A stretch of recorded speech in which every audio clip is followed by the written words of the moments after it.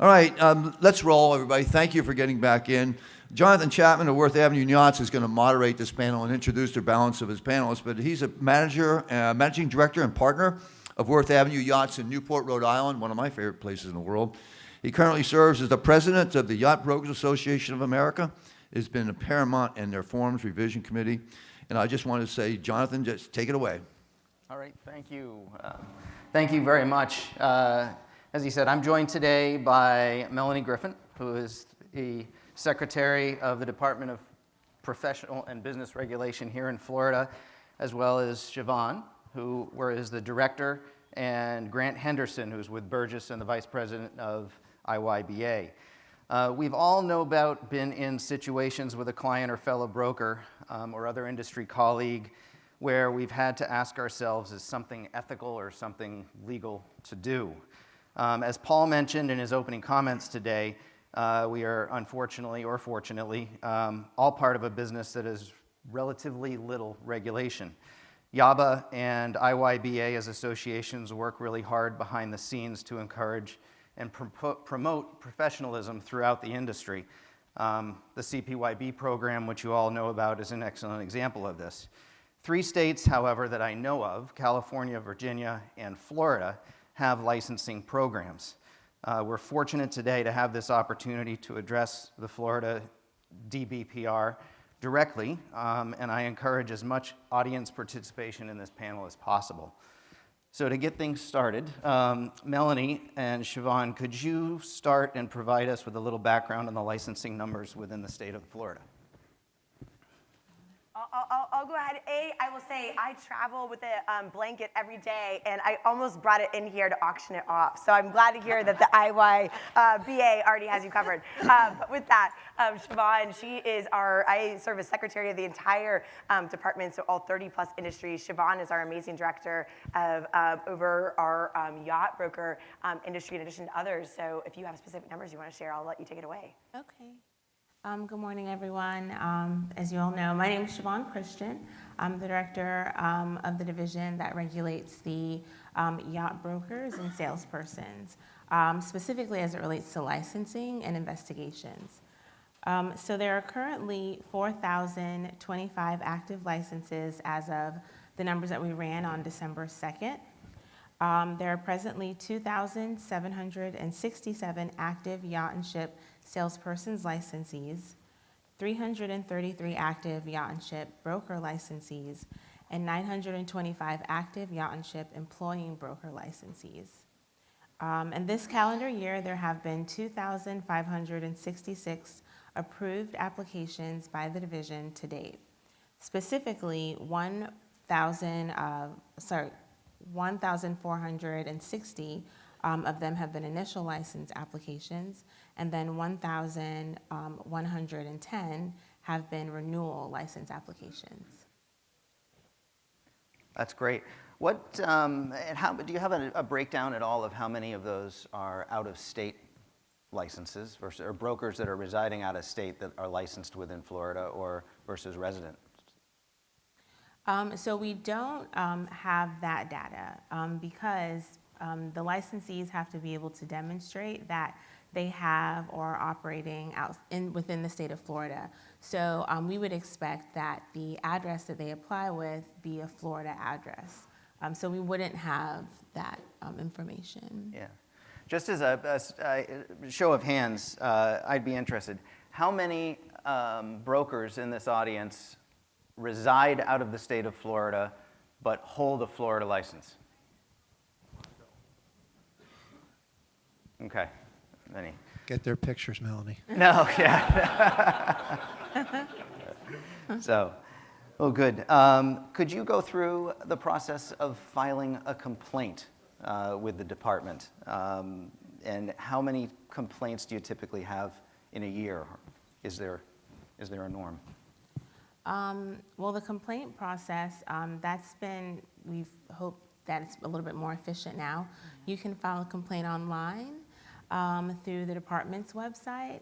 There are many different divisions that allow for that. So if you go to the division's website, you click on one of the blue tiles on the home page that says file a complaint, And then from there, you're able to choose which division. You would choose our division. The division's name is Division of Condos, Timeshares, and Mobile Homes. But then within that, there's a drop-down box on the online complaint form that allows you to file a complaint for this specific program area. It should say like yacht and ship. And before you go on, I Yeah. just want to add one thing. You have a wonderful executive director who would very much love for the program area to be condominiums, timeshares. Well, actually, I'm sorry. You would actually love for it to be yachts, condominiums, timeshares, and mobile homes. I'm not sure if that change will be made. It requires a legislative change from the Florida legislature, believe it or not. It's not something in the department's authority, so we have put that on our elected officials' radar. That's something that very much the yacht industry would like to have. I know they welcome your advocacy on that as well. And so, just want to let you know, if you're sitting there thinking to yourself, why the heck would I go to condos, timeshares, and mobile homes to file my yacht broker complaint? That is why that is housed there. And then two, to Chevonne alluding to, it's a little bit easier. One of the other things that Paul fairly raised earlier this year was that the complaint was, I think, somewhat hidden on the division's website, at least as to yacht and ship brokers. And so we have made that change. And I'll let you keep going then with the additional information that you were going to share, I think, about maybe some numbers of the process. Yes, I have the complaint numbers here. I know historically we've received about like 50 or so, and I think we're right on par for that this year. Let me see here. We have not had any complaints that have been filed for which we've sent to the Office of General Counsel. Either because we found the complaint was non-jurisdictional or during the course of the investigation there was either a lack of documentation to substantiate that a violation existed. Those have been the primary bases for closure. And so because of those reasons, they haven't gone to the Office of General Counsel for a legal determination. But we have performed investigations this year, and I will get you those numbers. Just do some searching. Do you want to? Oh, great. I'll Thank you. look for it. Yeah. Sorry. Thank you. What's generally the timeline for that, from when a complaint is made to an investigation is started? So generally, we are under, so we have like parameters that we, for all of our program areas. We need to be performing an investigation and completing it within 60 days of receipt of the complaint. And then in that time frame, it needs to be sent, or within that time frame, to the Office of General Counsel for them to make a legal determination as to whether or not they're going to proceed with prosecution. So the maximum is 60 days. Actually, 6 days. Thanks. And I will say, too, in case any of you are dual licensees, that's true with all of our program areas. Sometimes for a complex case, if, we have one right now in another division that involves multiple parent entities and subsidiaries, and so it's a little bit complicated to track down and look at all the contracts to see how everything's flowing. So that one might be out of bounds, so to speak, of that 60-day time frame. But most of our divisions try very hard and do an excellent job of keeping the investigations to 60, 70, max 90 days. Gotcha. Jonathan, do you mind if I interrupt for a second with a little comment on that? Please.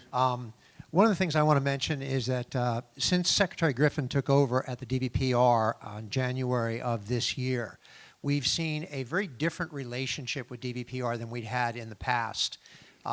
She is very proactive. The poor lady oversees 2 million licenses in the state of Florida.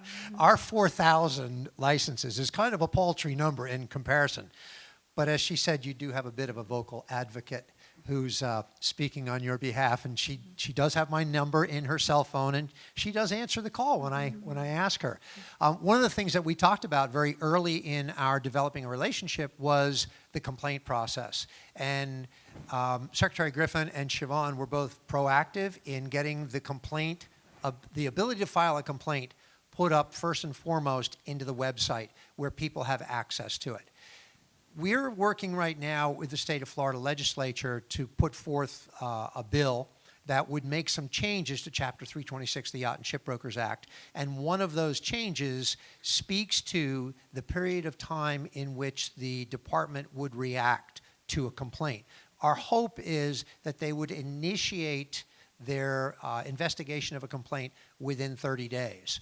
Now, while that's all easy for us to say from out here, you know, hey, you guys are working with our taxpayer dollars, you should do what we ask you to do when we ask you to do it, you got to realize that they have constraints as well. Legal counsel is a difficult challenge for you at the state level. I mean, one of the things that we talked about the last time we met was how you had just had a hiring job fair, and you were able to bring a couple of people on, but legal counsel is a whole. It's an area where you don't have the resources that you would like to have at your disposal to be able to TO a complaint to legal counsel and say, hey, you guys need to look at this, the legalities of this, and let's get on it. So while we'd like to be able to get on things very quickly and find great resolutions, we have certain limitations that are beyond our control that Secretary Griffin and Chevonne both are working on getting solutions put in place. If I can give a quick update on that and a distinction to make. I'm a lawyer by trade, so I practiced for 15 years in litigation. I know Chevonne also is a lawyer. I was just thinking, we both know how slow or fast lawyers can be, as well as the legal system. But point being is that, a distinction that I always have to keep in mind at the department is the difference between an investigation versus what Chevonne is talking about, the legal process. And as a lawyer, it's very easy for me to think about that as one fluid item, but within the department's world, that's not really true. Each of our program areas, including yacht and ships, that would be an investigation that's performed by the program area. It could be a lawyer or it could be a non-lawyer. But point being is that they really work it up, and they all are very efficient, and again, are really meeting those deadlines that are set, for the most part, internally by the department, and working those cases up very quickly. One of the frustrations that our program areas have shared with some of our industry stakeholders like you all is the fact that they will work an investigation very quickly unless, again, it's super complex and necessitates additional time, but then they'll flip it over to our Office of General Counsel, and that's where you'll see sometimes a very slow process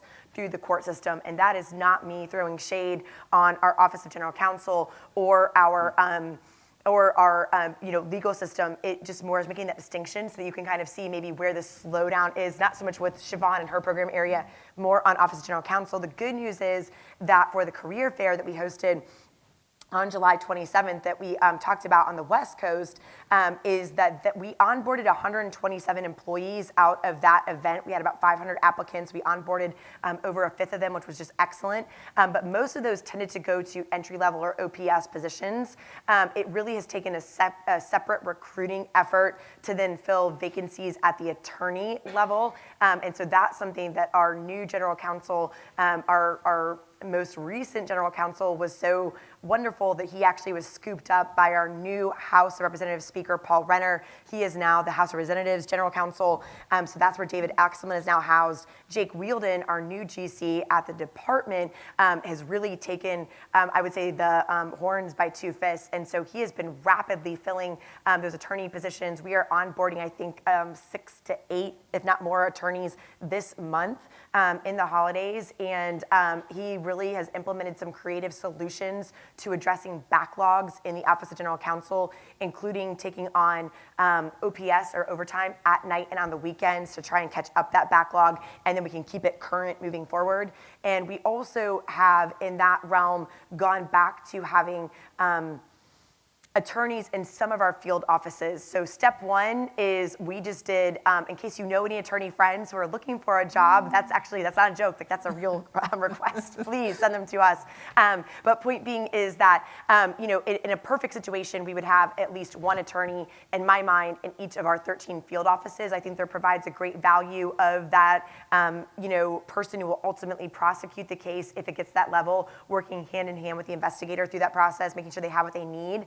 And so eventually we may get back to the point where we have one per office. In the meantime, what we've done is that several years ago, a decision was made to centralize all of our attorneys to Tallahassee. So we're in the process of kind of back to a little bit of decentralization to get them throughout the state. And we just hired, an attorney in Fort Lauderdale.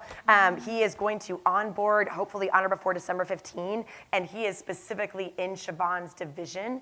And so you will have a local resource here. And so that's a very very long way of getting you updated on, is the solution going to be tomorrow? It's not. I mean, it's in progress, so it's already here. But in terms of actually getting these people onboarded, trained, and staffed up, it's going to take a couple months probably for you to see the fruits of that labor. But it's coming. It's there. We have a good game plan that's really playing out. So I hope that to the extent that something's slow, that you will be patient with us, and I think you're going to see some fast results in 2023. And if you don't, the good news is that Paul knows how to text Chevonne and I, and you do, and we text back or we call back. And so, I had a call this morning in the accountancy division that someone said, "Hey, something's slow. I don't know what's going on here. Can you check into it?" And we do 100% of the time, and usually can get something moving or at least identify for you why it's not. I always think having information is better than no news. Melanie, if you want to send him over to the office, we'll train him up a little bit for you. First Okay, couple of months we he's on will. the job. Alvin Balin, be on the lookout for him. Done. Good. I have a scenario, speaking from for the Yaba constituency, which represent brokers primarily not down here in South Florida. We've got a few here, but most of us are in the Great Lakes, Midwest, Gulf Coast, and Canada as well. I wrote a scenario, which is a scenario I think Grant can understand also from even a European broker that's not they may not be Florida licensed. And I'm curious about how you would suggest how do we move ahead in a scenario like this? Chevonne, I don't know about you, but I'm getting a law school exam. But go ahead. So the question concerns a out-of-state non-licensed broker. Could be from Maine, could be from Europe, as an example, who's got a listing for a vessel. The owner of the vessel decides they want to, after they list it, that they want to take it to Florida. Perfectly, normal scenario, either through Florida waters on their way to the Bahamas, or they want to spend some time in Florida. The broker updates the vessel's location as it pops down the coast. Ultimately, when it goes to Florida, it sits in St. Augustine for a month. Broker updates the MLS system. It's sitting there in St. Augustine. Arrives to Palm Beach for 2 weeks, and then while in Palm Beach, the broker in Maine or Europe gets a call from another broker who wants to show that boat. So the boat's shown. One of the brokers is a licensed Florida broker who shows the boat. Another broker might be from Europe or Seattle, flies in with their client, shows the boat. Ultimately, the broker from Seattle or Europe, non-licensed in Florida, their client makes an offer, accepts, boat goes to survey, and then it closes and sails out of the state of Florida. According to the regulation, there's a lot that just went wrong there from the Florida licensing regulation. But that is a scenario that I think all of us in this room know happens an awful lot. What do we do about that? How can we help you in Florida? How can you help us? So I would say, ultimately, if there are foreign brokers that aren't working or operating their transaction through a licensed Florida broker, then that would demonstrate some problems as it relates to Chapter 326. So under those circumstances, please file a complaint with us. We'll look into that. I was just going to make a flippant comment, and I mean this I hope it's taken as well intended. But do you think it's happened at least 50 times or more? Oh, yeah. But we only have 50 complaints. Yeah.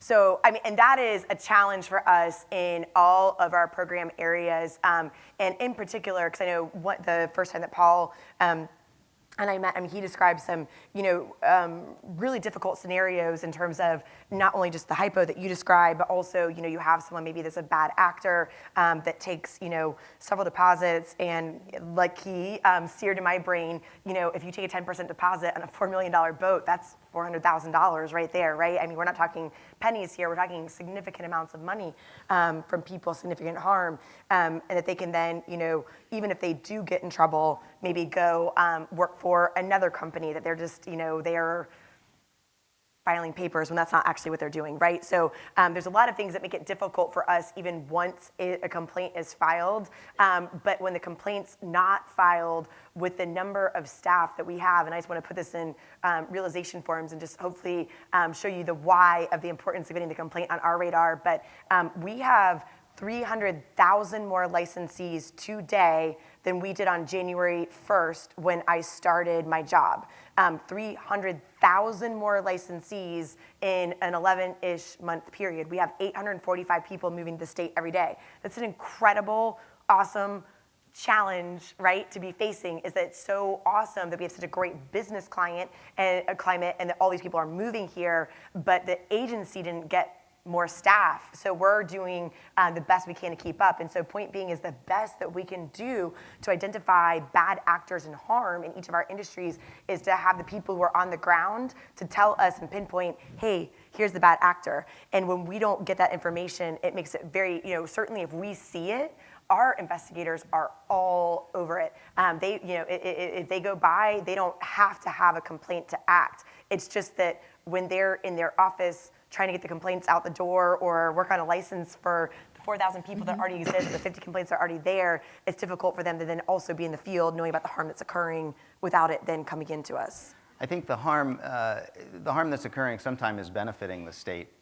in other ways. It could be, Grant, it could be one of the Burgess brokers from Europe. They've got a yacht sitting at Rybovich that's undergoing a $2.5 million refit.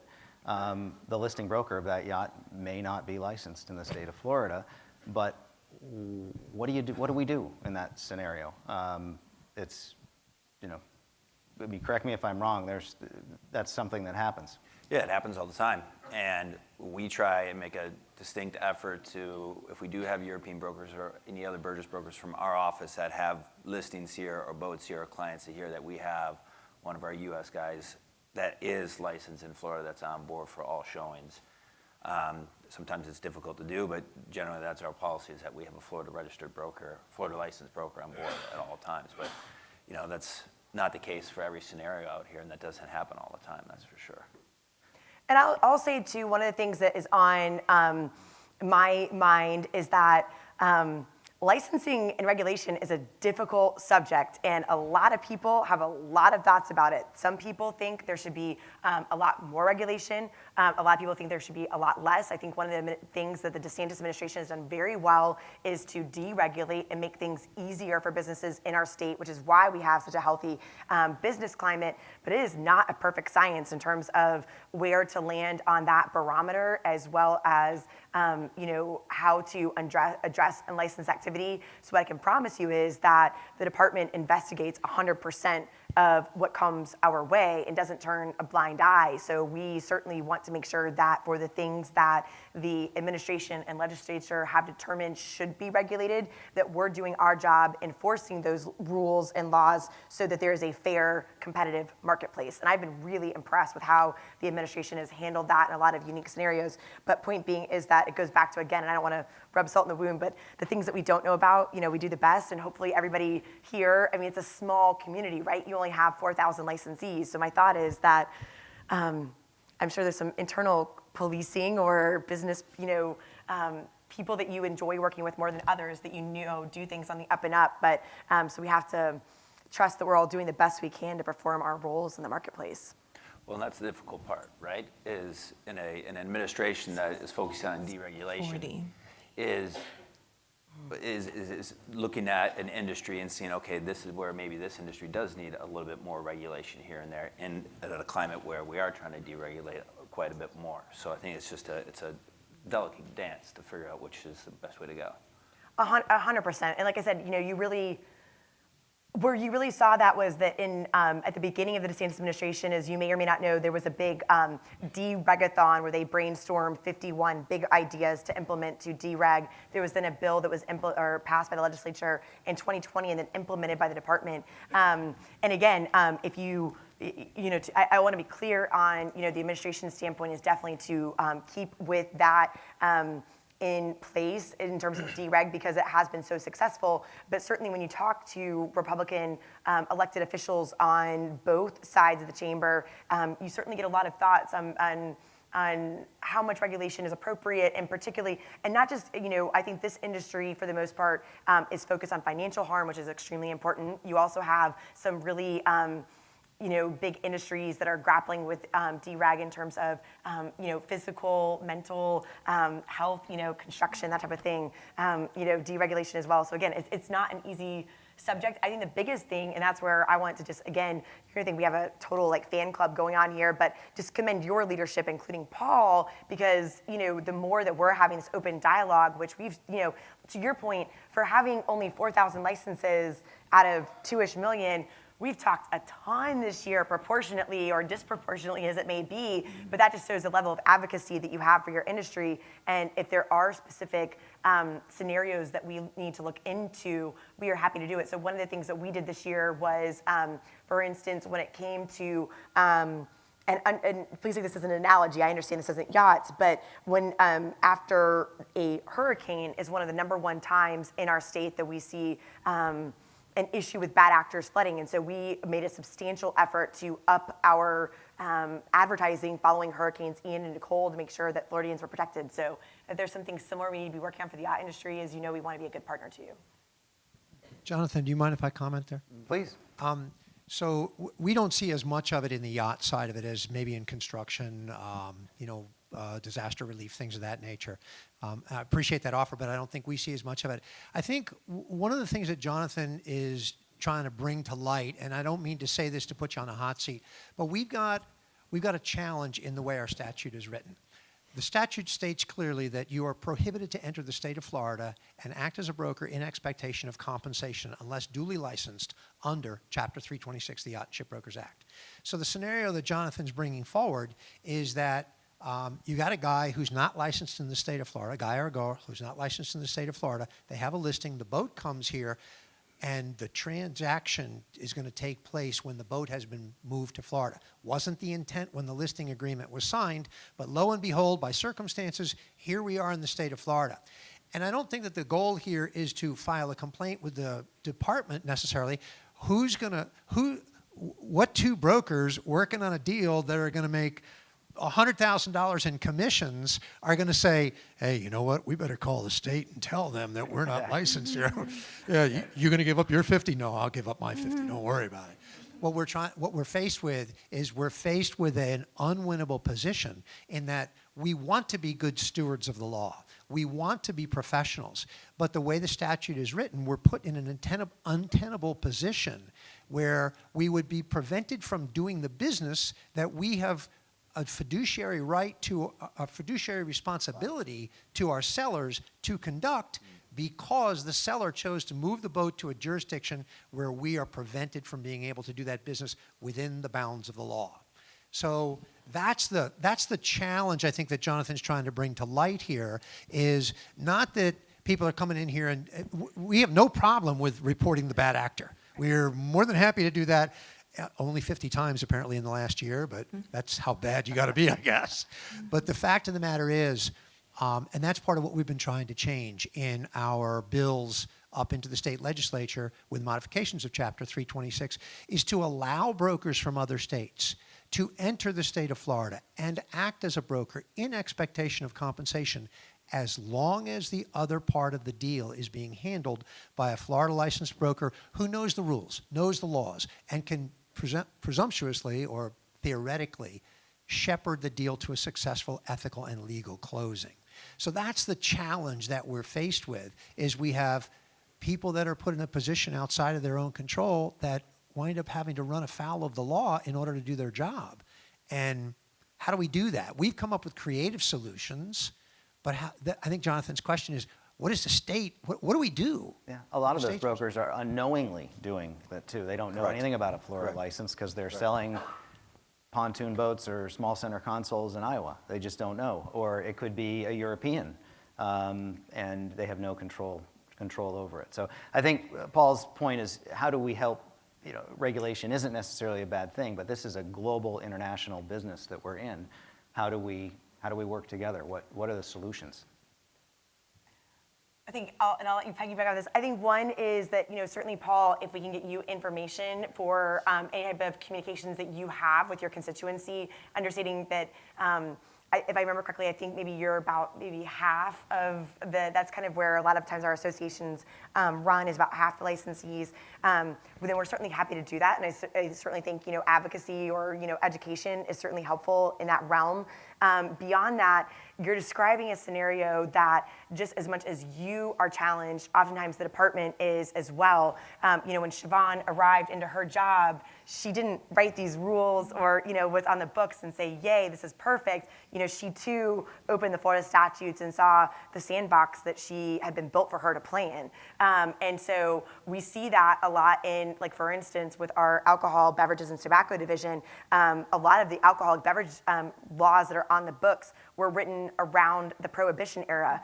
And we're now in a 2022 marketplace with, Uber Eats and Grizzly and all these things, trying to figure out, how we make that match what was on the books from whenever it was written. So my point is, much like that here, we struggle with it. And so the best we can do then, is educate, and I think help you advocate, when you are talking to elected officials. And that's one thing I want to make clear, is that we are always here as a resource throughout the legislative session to provide you with any information you need. I know you have a plethora of information that you've gathered, not only from us, but then other studies like you've done with UF and other institutions. So, but we're happy to help you supplement those resources as much as you can, because unfortunately, I think you're describing a scenario that unless and until it's changed on the books, it makes it difficult for the department, in addition to making it difficult for you. And Chevonne, I don't know if you want to add anything to those thoughts. Yeah, no, I think she summed it up perfectly. I would agree. Yeah. What you thought was a sandbox turned into be a litter box, didn't it? No comment. Interesting. I mean, it could be again, not to reiterate it, it could be a business that's out of state. They don't have a Florida escrow account. They don't typically do business in Florida, and their client decides to bring their boat here. So it's nothing they're doing something illegal, but it's out of everybody's control, because that individual couldn't even get a license in Florida. And you're hitting the nail on the head. You made the distinction of, does it make business sense to go through the deal? It sounds like more than likely you might assess that it does. Is it illegal in terms of when Chevonne and I have on our secretary and director hat that we're obligated to do and carry out for a fair marketplace if it got on our radar? I mean, you're describing a situation where, according to the laws, we would have to pursue that in terms of a complaint. But like I said, I know it's a difficult subject. Business issue. Well, and Jonathan, like Paul said, we have if you're representing a boat and you have an out-of-state broker, you have a fiduciary responsibility with that seller, and you're certainly not gonna walk away or not allow somebody on board with a real client. You want to get the boat sold, and the boat sold properly. So versus making a complaint, you're going to do what your seller has instructed you to do, which is sell the boat. Yeah.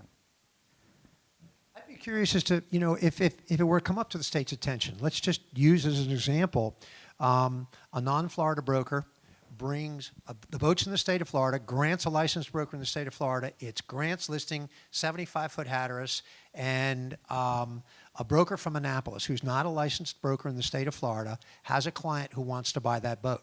Calls Grant on the telephone and says, hey, Grant, I have a client who wants to buy your 75-foot Hatteras. Okay, great. What's Grant supposed to do with this non-Florida broker? What has happened, and I don't know that Grant has ever done this, but I can tell you that what has happened on more than one occasion is that the Florida house that has the licensed brokers will take control of the deal, and they'll tell the other broker, we'll handle all of this. You can't come into the state of Florida and act as a broker. We'll take care of all the paperwork, send your guy down here, we'll do all of that, and that way it falls within the bounds of the law. But it's completely contrary to what we do as practice in the industry, because now the guy from Annapolis isn't really doing the job that he's supposed to be doing to represent his customer, earn his portion of the commission, and it creates a difficult situation. So the creative solution has been we handle the paperwork, that way the DOR gets everything that they need because we're licensed to collect that tax or or have an exemption signed and all that. But that's where we run into a difficult situation, and the creative solutions have come up. How would the department respond to that if a situation like that were to come to light to them, that, hey, these guys in Florida were proactive to make sure that the deal got done and work within the bounds of the law, the guy never showed up. How do you guys look at that? Well, I would say under the scenario that you presented, it doesn't appear that the transaction was violative of Chapter 326 because it was handled through the licensed Florida broker, even though, it was on behalf of the, you said something with an M, I'm not sure if it was Minneapolis or Michigan. But Annapolis? Okay. So it doesn't, for what it's worth, if we got a complaint that described that particular scenario, I do not believe that we would find that there would be a violation during the course of the investigation. So that's the creative solution that the Florida brokers have come up with to work within the bounds of the law. One distinction I want to make though before we move on, just so we don't have, I'm guessing you have about 300 people here, potentially 300 people who are super mad at us, is that, I'm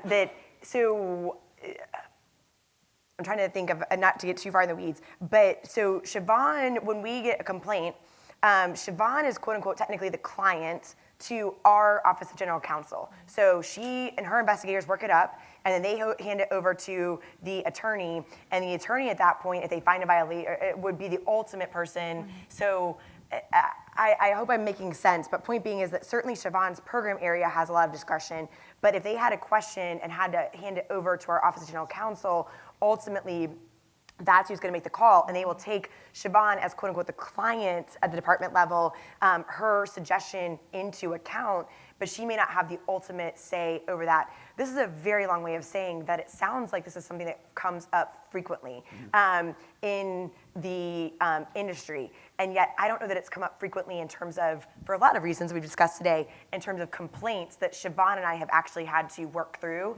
And so what we have done in similar situations for other program areas is that a lot of times we'll have, and Paul, whether it's good to hop on a Zoom or whether we do it in person, it doesn't matter, but what we have done is to then walk through with the key members of your leadership team or stakeholders, and then Chevonne and anybody from her team, and then we'll have the right person or persons from OGC, so usually a meeting of 5 to 10-ish people, and myself, so that we can walk a certain scenario for that through that's coming up frequently, and make sure we know how the department would respond so that you're getting a good answer on that. Because again, I agree with Chevonne's answer was the same as mine on a gut on the stage.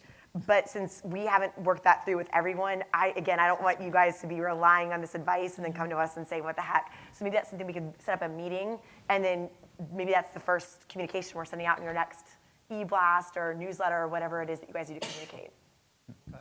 I think one of the things that we find in the state of Florida is that we try really hard to operate under the rules. And we don't use the rules to lever, as a lever for our advantage, but I think the biggest concern that a Florida licensed broker has is if that broker from the other state came here with his client to see the boat, and there was, the state was made aware of, that, would the Florida licensed broker get in trouble for being a participant in that deal and a non-licensed broker coming to Florida expecting compensation? Having both been a part of the deal, with the licensed broker, would he be in trouble? Would he be subject to any fines, penalties, disciplinary actions or whatever? I think, unless Chevonne has a different answer, I think that's what we'd want to work through with you to make sure we have a 100% good answer for you that's been vetted by the department. Because like I said, my concern is that if Chevonne and I sit on stage, excuse me, I'm a little tickled today, and tell you one thing, and then it ends up being different, I don't want anybody to be in a gotcha situation.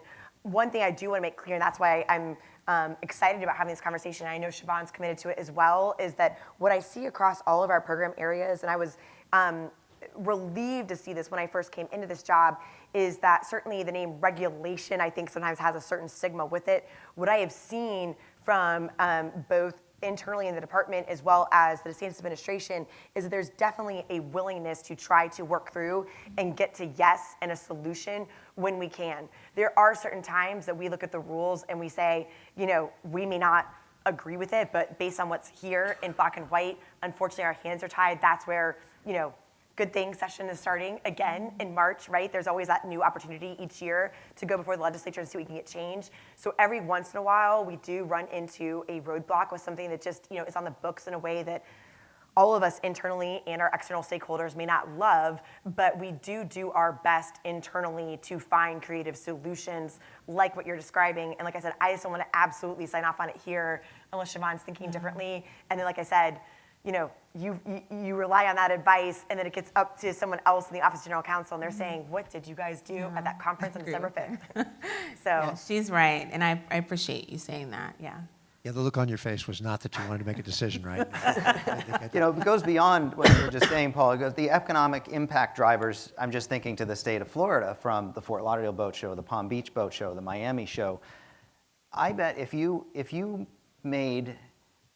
every broker going through that show had to show their license to do business in Florida, there wouldn't be enough jail cells in Broward County to put everybody who's not. It's such an important part. I mean, and the Fort Lauderdale Boat Show is such an important part of the global industry of which we're an important part of. And it's, I see it all day, every day, that there's people breaking the law from your perspective, but how do we cooperate together? And I'd love to see this kind of dialogue happen after that, if that's the only thing that comes from it. I think the state could probably make more money, and brokers will make more money, I think. Well, and I'll give you, an example, and certainly we try and think about that. At the same time, unfortunately, again, that's where, I think that's, legislative advocacy is so important, because we, just with the jobs that we've been tasked with doing, at the end of the day, while we try very hard to be pro-business and to find solutions, at the end of the day, if it is not creating a fair marketplace, it's not fair to the 4,000 licensees, right, who have registered, paid their dues, done whatever they're supposed to do. And so there is a very large international vendor in the state of Florida who came in and wanted to sell a product. And to your point, it would generate millions of dollars in sales and use tax for the state of Florida. And that would be awesome. Unfortunately, the other competitors who are already in the marketplace have also sunk multiple years and millions of dollars into the infrastructure they've already created to play by the rule book, right? And so we try really hard with that new vendor to get them to a yes or find a creative solution. But at the end of the day, even if it would generate millions of dollars for the state or hundreds of thousands of dollars for the state, if it's just not what's in the rule book, our hands sometimes get tied. So like I said, and that's where we give people as best we can. Not only will we have multiple conversations and sometimes meet with different licensees or potential licensees for months and work really hard on their issue, but we'll give them all the resources we can if they need to find a legislative option to do so. Any questions out there in the audience? We've been trying to get some things going, but I know there's scenarios out there. Question here. So is it fair, is it legal, is it ethical? As a Florida yacht broker, my listing, out-of-state broker calls me. I usually ask, you want to see my boat? You're from XYZ Yacht Sales in Boston, Massachusetts. Are you licensed to do business in the state of Florida? If the answer is no, my next question or scenario would be, well, you're welcome to come down here and show your client the boat as a consultant. But if this transaction were to progress, my office is going to handle the paperwork. It's going to be done on an IYBA purchase agreement. And for all that extra effort, it's going to be a 60-40 split in my favor. Fair, legal, ethical? It sounds like it's a variation, if I'm hearing you correctly, it sounds like a variation of, I think, maybe the main hypothetical that we've been talking about that we really need to walk through. Probably, it sounds like it'd be good to get that on the books ASAP, maybe Paul, for January. And I didn't want to use this forum to put you in a hot seat. No, and I'm a master at making the short story long, right? So. No, and I was going to say, and again, this is not a complaint, because we always like to be responsive if we can be, but we also, we didn't work through any hypotheticals in advance, so I don't want to give you the impression that Chevonne and I came here unprepared, but we just didn't, like I said, see these questions, but we're happy to work this scenario through. I was just going to say, this is That's the exact way this business has been run for as long as I've been in the business, which is a considerable amount of time.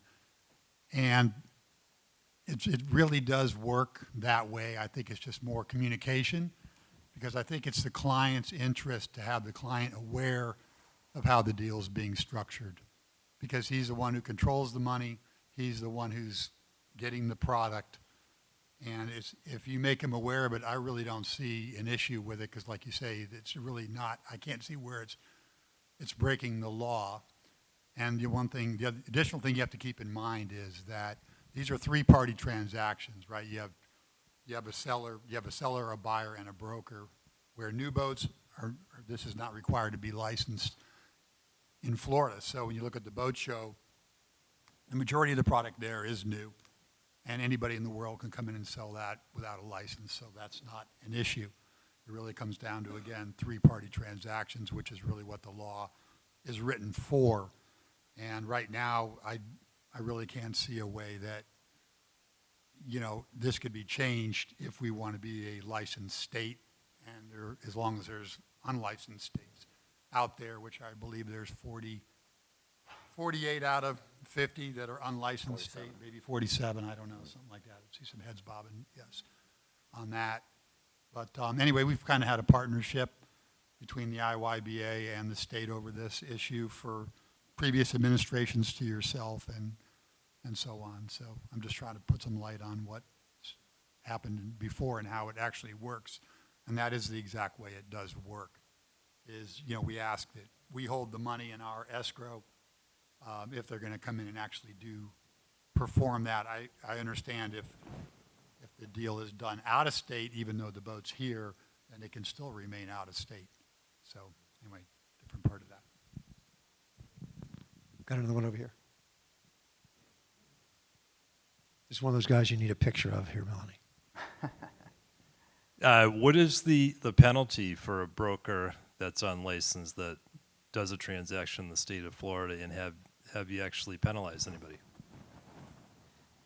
So we would penalize an unlicensed broker the same way that kind of the department has the capacity to penalize any unlicensed individual. So we would seek some sort of civil penalty because obviously there's not a license to threaten.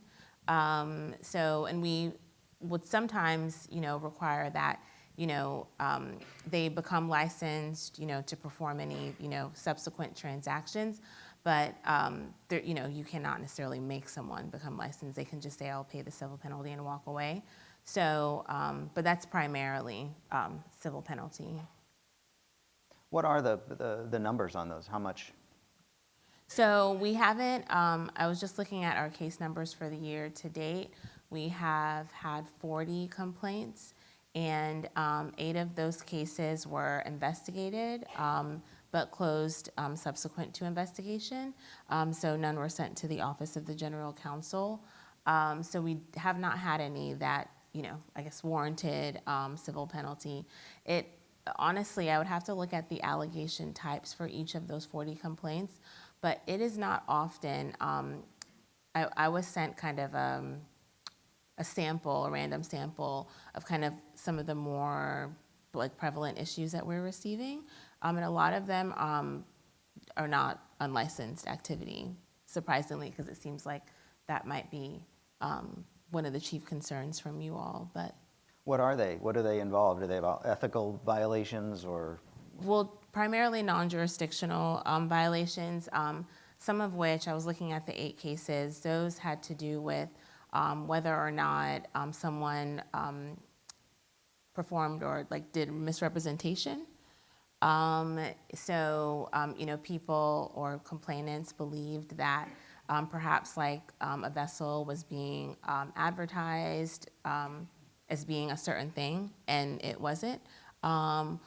Or one particular complaint dealt with a person who, I guess during the transaction process, was promised by the broker that if they worked with this broker and paid a brokerage fee, that the person would not have to pay Florida sales tax. And then they realized I guess upon like the closing that they did. And he said if I had known, I wouldn't have paid a $24,000 brokerage fee, because then I had to pay about, I think it was like $17,000 in sales tax. So it's those kinds of things that, we, in accordance with what misrepresentation has been defined as in statute, like we wouldn't have the jurisdiction over something like that. But so it's been more so that, but again, as the secretary mentioned, we're certainly open to receiving complaints about the unlicensed activity. I mean, if it seems like there's this kind of strange dichotomy, because I know the gentleman there kind of mentioned that that is the way the industry has worked. And so I guess some people don't necessarily have that much of an issue with it, as long as, they're able to kind of operate and receive, the fees associated with that transaction. But for those that believe that, something unscrupulous is occurring and it's not necessarily benefiting them or the state, then we're certainly happy to look into any complaints such as those.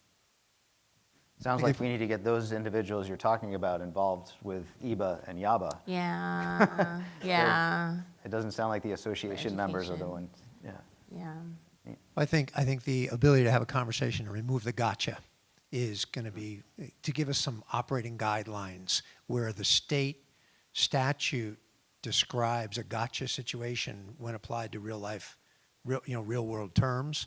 We come up with a scenario or a best practice for how to avoid the gotcha situation. I think we'll have that conversation and figure that out. Awesome. Thanks. Yeah. Are there any other questions from the audience? Anybody want lunch? I say we stand between you and lunch. I want to compliment Secretary Griffin on her festive attire. I think your jacket is perfectly appropriate for the Christmas season. Thank you Yes, guys I very much. love the holidays, so bringing a little cheer to South Florida today. Hey, Paul, if you're not good enough with that, how about Mike Karcher's tie? How about that, huh? And how about the socks? Show them the socks. Come on. All right. Great job, panel. Melanie, Chevonne, Grant, Jonathan. You're fantastic, all right? We know you have quite a job to do, but you sure work well with us, I can tell you that. We're very appreciative of that. So, going to send you off to lunch now. For the traditional lunch, go out the door, make a left. You'll get into a line or two. For the non-traditional lunch, somebody looking for an option. Andy Miles is going to be doing Tai Chi and yoga poolside. Andy, you still good on that? Okay. Just join him out there. We have IBA, YABA, sweats to be sold as well at the table. So we give you about an hour for lunch. Go on, enjoy, and get some good conversation going at your lunch table as well. Have a good time.